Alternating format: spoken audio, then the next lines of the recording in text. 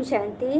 आज प्यारे मीठे बाबा की मुरली मंथन की डेट है 11 अगस्त 2022। तो आज सबसे पहले सभी आत्माओं को रक्षाबंधन की बहुत बहुत दिल की बधाई और शुभकामनाएं। तो रक्षाबंधन का त्यौहार, चलिए इस पर कुछ समझते हैं। रक्षा का त्यौहार सिर्फ 2-3 मिनट का ही होता है। राखी जब बांधा उसी वक्त मिठाई खाए, हो गई। लेकिन कितनी सादगी और प्रेम स्नेह से भरा होता है।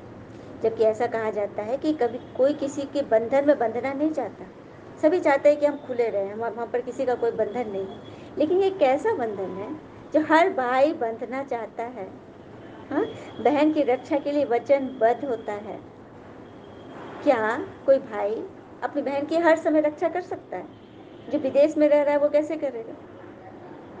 या फिर कोई छोटा भाई है तो बड़ी बहन की रक्षा कैसे करेगा? या फिर दूसरे शहर में है या वो ऑफिस में या घर में, कैसे करेगा? तो कौन है जो हमारी हमेशा रक्षा कर सकते हैं? तो वो है परमात्मा शिव। और शिव तो निराकार है, उनको किसी भी रूप में हम मान लें। तो चलिए आज हम उनको भाई के रूप में मानते हैं। ये वो ऐसा भाई है जो हमें हर समय हर पल हमारे मन की, हमारी आत्मा की रक्षा करते हैं।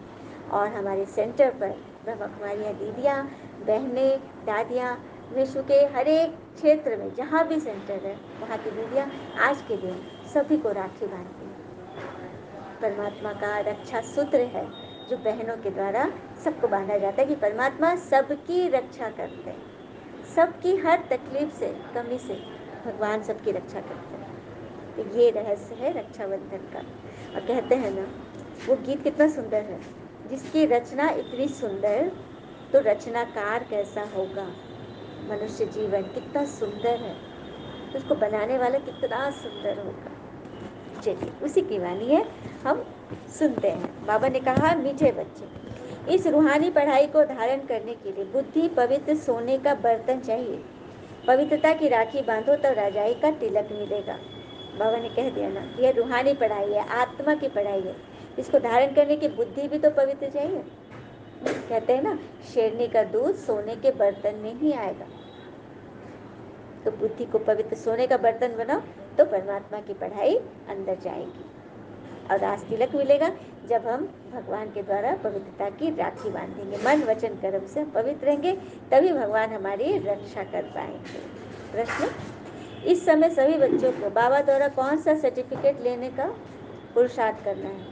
तो पावन दुनिया में जाने के लिए पावन अर्थात लायक बनने का सर्टिफिकेट लेना है। जब इस समय पवित्रता का प्रण करो तो बुद्धि गोल्डन एजेड बने। और पवित्रता का सर्टिफिकेट कौन देते हैं? परमात्मा देते हैं। तो बाबा की राय है, बच्चे और सबसे अपना बुद्धि योग निकाल ज्ञान चिता पर बैठो। हम किस तरह बुद्धि लगाते हैं? क्या, क्यों, कैसे, ऐसे वैसे, मेरे साथ ऐसा हुआ, आदि की बातें, सभी के अवगुण का चिंतन, उन सबसे बुद्धि योग निकालना है। एक भगवान को फॉलो करो, बाबा के साथ सच्चाई से चलो। गीत है बहुत सुंदर, भैया मेरे राखी के बंधन को निभाना, भैया मेरे छोटी बहन को न भुलाना, भैया मेरे। बहुत ही सुंदर गीत, इसकी पूरी गीत है इसी चैनल पर, आप सब जरूर सुनिएगा। ओम शांति। यह गीत तो बच्चों ने बहुत बार सुना है।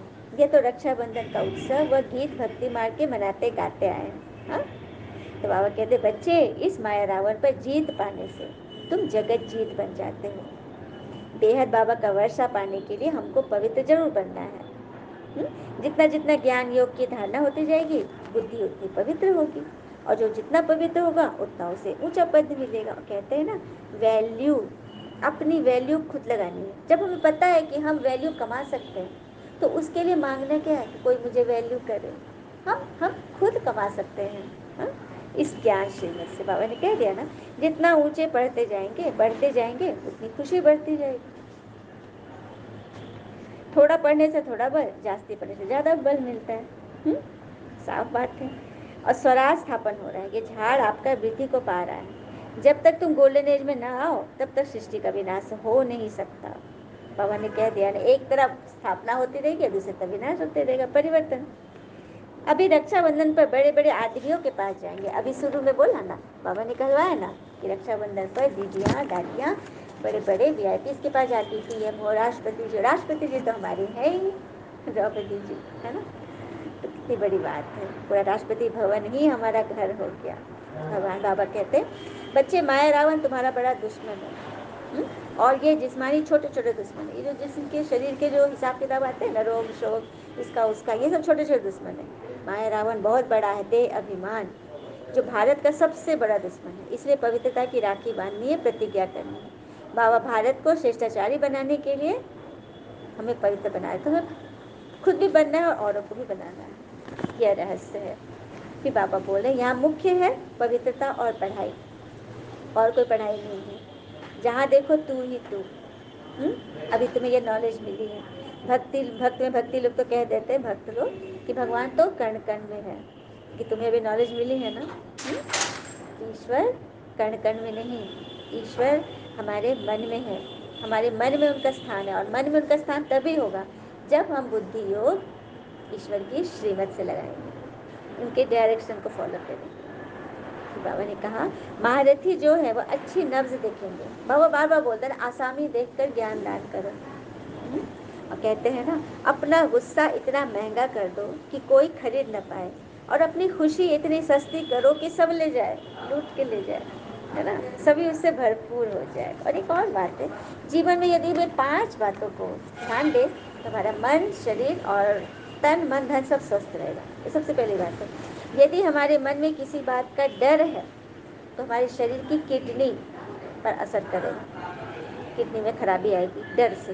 हाँ, यदि हम छोटी छोटी बातों पे गुस्सा करते हैं तो हमारा लीवर कमज़ोर होगा। सभी इस बात को नोट कर ले डायरी में।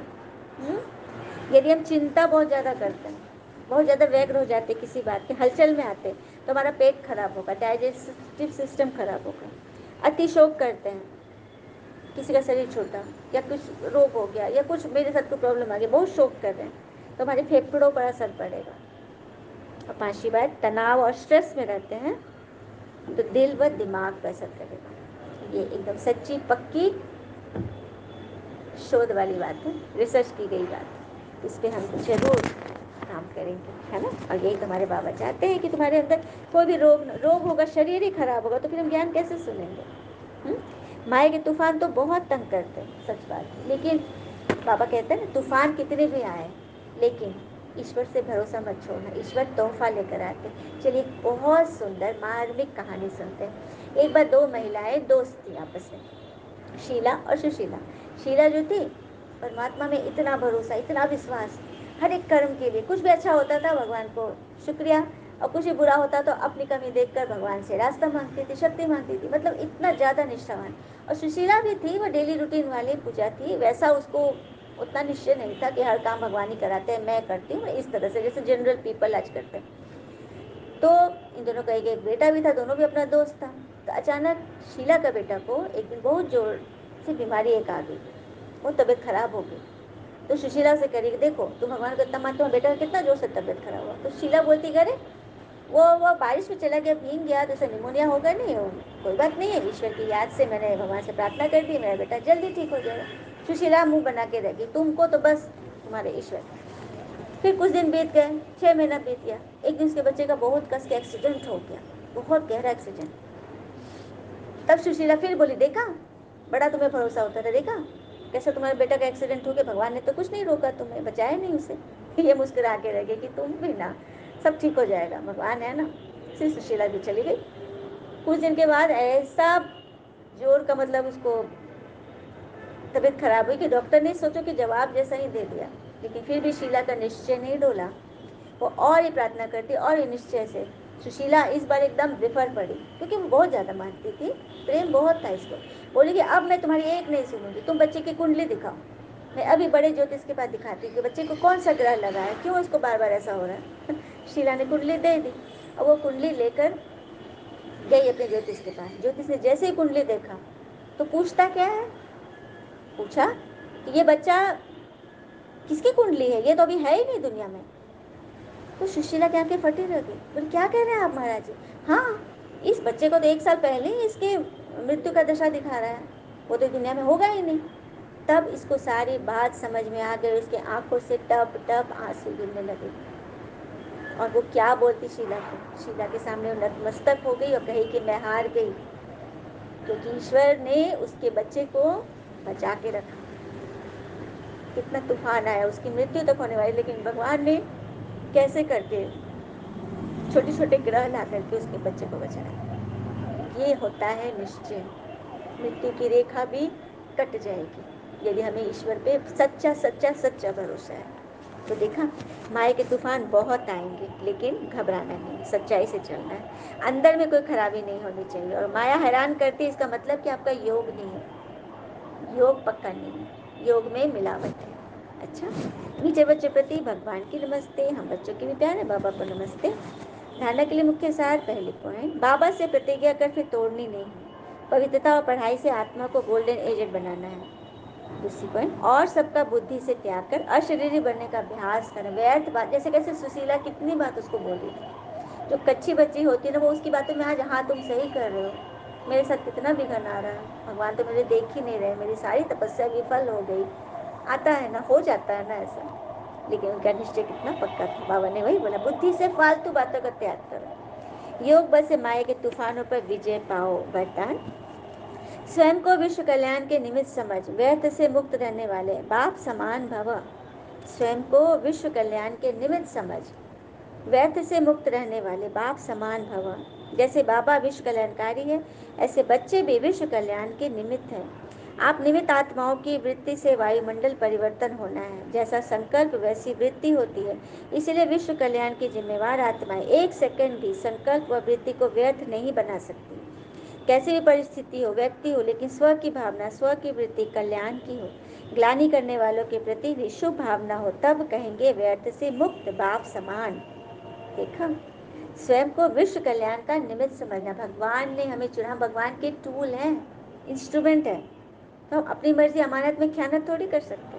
हम विश्व कल्याण के लिए सबसे पहले हमें स्व का कल्याण करना है, क्योंकि जैसी संकल्प वैसी वृत्ति होती है। जैसा संकल्प रखेंगे वैसा हम बन जाते हैं। और कहते हैं ना, जीतने का मजा तब आता है जब सभी आपके हारने का इंतजार कर रहे हो। दुनिया की परवाह मत करो, भगवान हमारी जीतने का इंतजार कर रहा है ना, तभी तो हमें ऐसे वरदान देकर हमें आप समान बनाना चाहता है। चाहे कोई कितनी भी ग्लानि करे, लेकिन उसके प्रति भी शुभ भावना, शुभ कामना। स्लोगन, सहयोग की शक्ति द्वारा असंभव बातें भी संभव हो सकती है। जब एक दूसरे को सहयोग दे, ब्राह्मण आत्मा को भी सहयोग की दरकार है, सहयोग की शक्ति से असंभव बातें भी संभव हो जाएगी।